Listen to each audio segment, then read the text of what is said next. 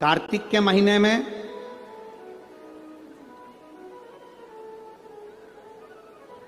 पूर्णिमा से पूर्णिमा के बीच में जो सोमवार पड़े, प्रदोष पड़े, शिवरात्रि पड़े, प्रयास करना। अगर बहुत कष्ट की जिंदगी चल रही हो तो शिवरात्रि, प्रदोष और जितने सोमवार पड़ रहे हो कार्तिक में 4-5 जो सोमवार पड़े उसमें एक बेलपत्र अशोक सुंदरी वाली जगह पर और शमी पत्र देवाधिदेव महादेव के ऊपर, ये 2 जगह पर अवश्य चढ़ा। 1 महीने में जितने सोमवार पड़ जाएं और प्रदोष पड़े और मासिक शिवरात्रि पड़े उसमें अवश्य चढ़ा। बेलपत्र कहाँ चढ़ाना है? जम के बोलो जरा। अशोक सुंदरी की जगह पर। और शमी पत्र कहाँ चढ़ाना है? देव अधिदेव महादेव के ऊपर।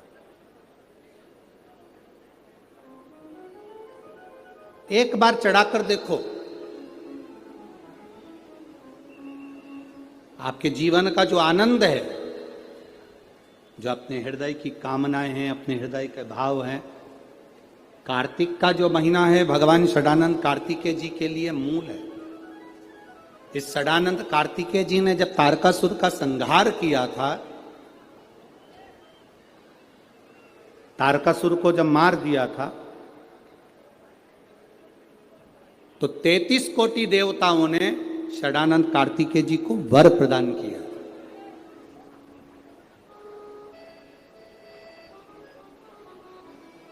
कार्तिकेय जी को वर प्राप्त हुआ। तो लक्ष्मी जी ने और भगवान नारायण ने षडानंद कार्तिकेय जी से कहा, ए स्कंद देव, हे कार्तिकेय, कार्तिक के महीने में जो दीप दान करता है उसके घर में कभी संपदा की कमी नहीं आती है। कार्तिक महीने के दीपदान की महत्वता जैसे ही लक्ष्मी और नारायण ने कही तब ब्रह्मदेव प्रकट हुए और देवाधिदेव महादेव प्रकट हुए मां पार्वती के साथ में, और ब्रह्मा जी प्रकट हुए मां ब्रह्माणी के साथ में। उन्होंने वर प्रदान कर दिया। षडानंद कार्तिकेय भूलवश भी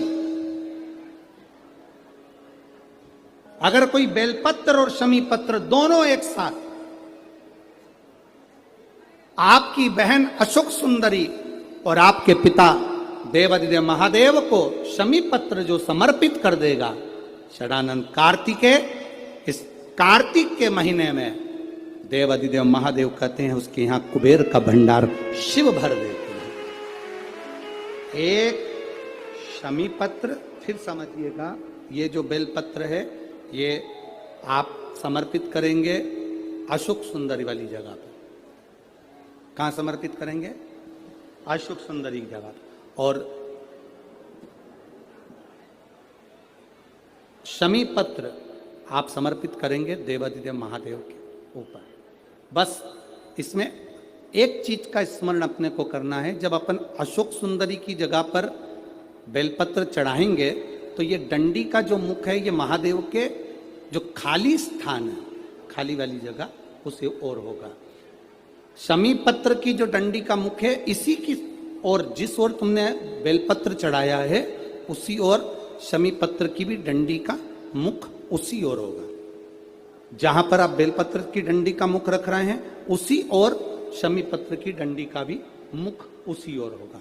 तो देवाधिदेव महादेव, भगवान शंकर, मां जगत जननी जगदम्बा, श्री ब्रह्मदेव, ब्रह्माणी षडानंद कार्तिकेय को वर प्रदान कर दे।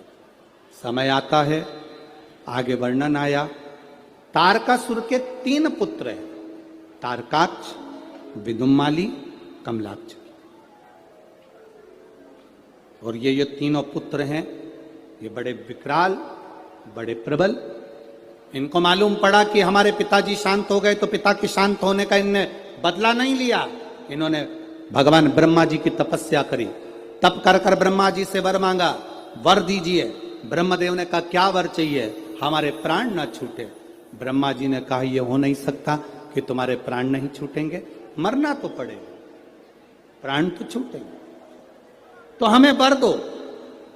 हम तीनों मरे तो एक साथ मरे। 3 पुरियों का निर्माण कर दीजिए जिन पुरियों में हम निवास करें। 3 पुरियों का निर्माण करा, तीनों में जाकर तारकाक्ष, विदुम्माली, कमलाक्ष की तीनों निवास करें। तीनों ने निवास कर। जब तीनों निवास करने लगे, सोने की पुरी, तांबे की पुरी, लोहे की पुरी। पुरी का मतलब होता है क्षेत्र, जिसके अंतर्गत